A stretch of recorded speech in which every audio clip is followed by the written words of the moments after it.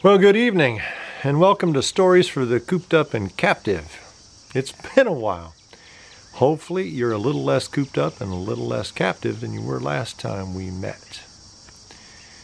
So, back on June the 21st, the Central Division of the MOTH hosted what they hoped would be their last virtual Storyslam. In September, they're planning to move back to in-person events if they possibly can and if the Rona stays at bay.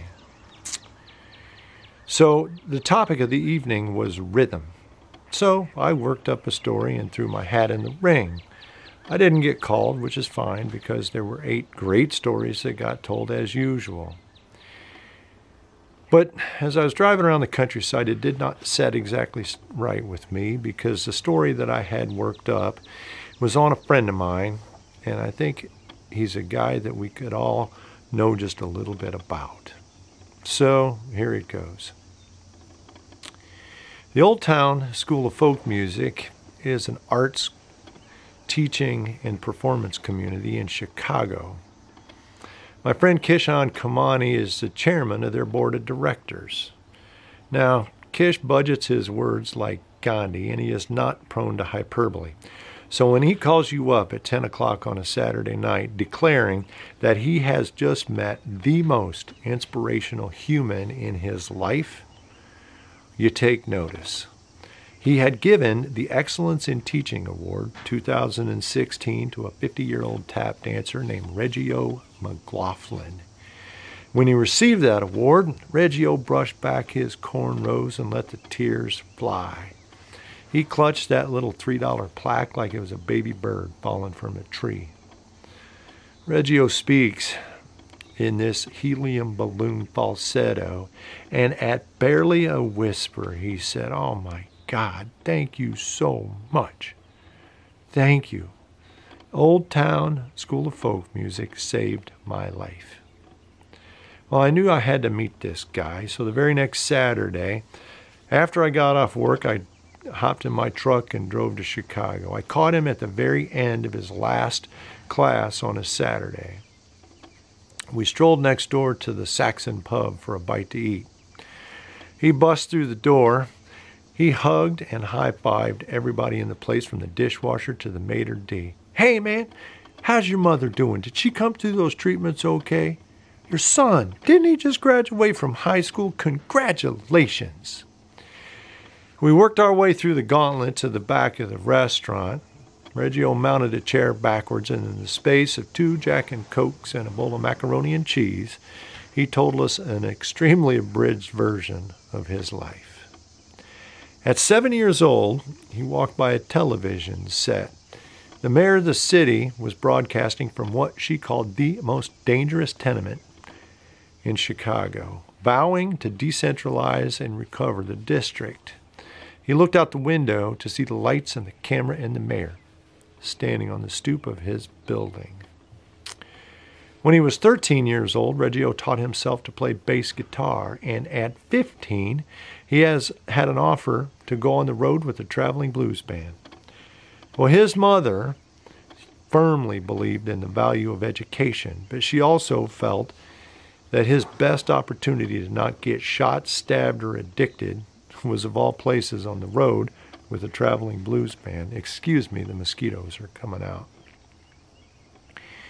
Well, he made a pretty good living until the 70s came along and disco obliterated all things of taste and art, and the gigs dried up for a blues band.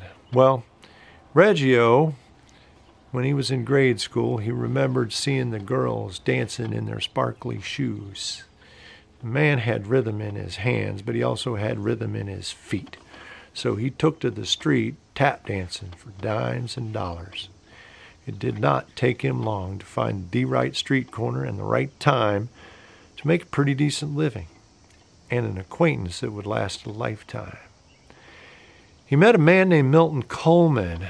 Mr. Coleman asked Reggio if he would come to his house and dance for his daughter's birthday party. Of course, Reggio obliged. Mr. Coleman was so taken by Reggio's wit and savvy and wisdom that he asked if Reggio might consider staying on as his driver, his advisor, his right-hand man. After a couple of years, Mr. Coleman asked Reggio, what would it take to get your dancing to the next level? He explained that New York City was where it was at. So Milton Coleman wrote a check, bought an airplane ticket, and 2 days later, Reggio was headed for the Big Apple, where he got his chops busted on stages from Soho to the Bronx. But he learned. He went to Europe. He went to Spain to learn flamenco. He lived with the families. He worked in their restaurants. He went to their churches. He said, Bill, man, if you want to get to know people, if you want to get to know their art, you have to know their culture.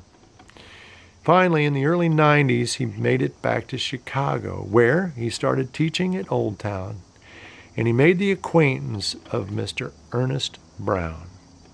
Brownie was a member of the Copacetics. The Copacetics was a tap dance group that was formed to carry on the legacy of Bill, Mr. Bojangles Robinson.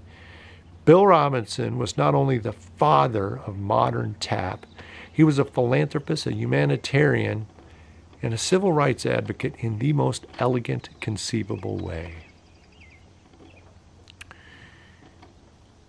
The last weekend in May, every year, except of course 2020, Reggio puts together a show that he calls National Tap Day to honor the legacy of Bill Robinson and celebrate all things bright and beautiful about tap dancing, but for that matter, about people. And I knew I had to see it. There was one rehearsal, and that one rehearsal started 3 hours before the show itself. So once again, I drove down to Chicago and parked myself in the middle of the auditorium. Reggio strolled in right on time and mounted the stage. All right, all right, all right. I got my tap ones. I got my tap twos. I need my tap shoes. If anybody has a question, do not ask me. I'll let you know when I need you. Where is my man Harrison? Bill, you made it down from Wisconsin. Was your drive okay? Is there anything in the world you need? He turned around to the band leader. All right, Mr. Piano Man, I'm going to need you to play that introduction 3, maybe 4 times, because I got to get my dancers onto and back off the stage. I'm going to need a monitor, a microphone, and a light.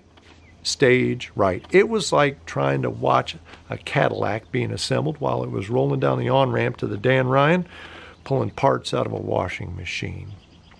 The rehearsal ended 15 minutes before the performance in hell itself, when the ushers finally herded the performers out and the crowd into the auditorium. And oh man, what is it? What a show. Everybody danced, from 90-year-old Dorothy Hughes to Robert Pattinson III, who danced and moved like a young Emmett Smith.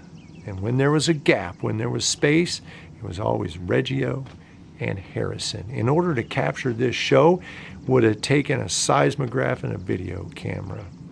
After 2.5 hours, the show finally ended with Reggio and Harrison doing the cane dance as the curtain fell. After the show, I waited for the throng to disperse, and I asked Reggio, I said, Reggio, tell me about Harrison, man.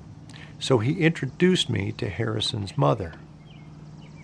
She explained that Harrison was on the spectrum. He was autistic, and he was very, very smart, but he just couldn't take school seriously. He couldn't focus.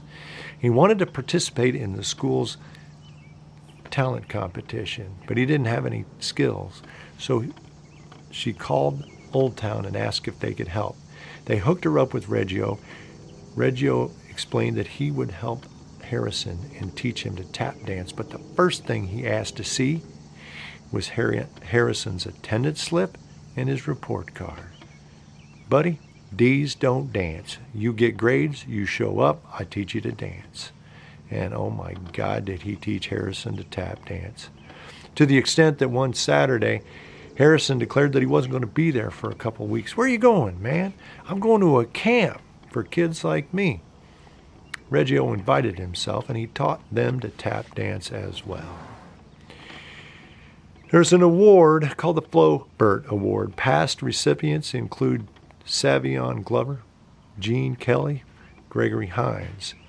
It is given in the honor of the man who does the most to carry on the legacy, the art, the heritage of tap dance. Reggio won that award in 2014.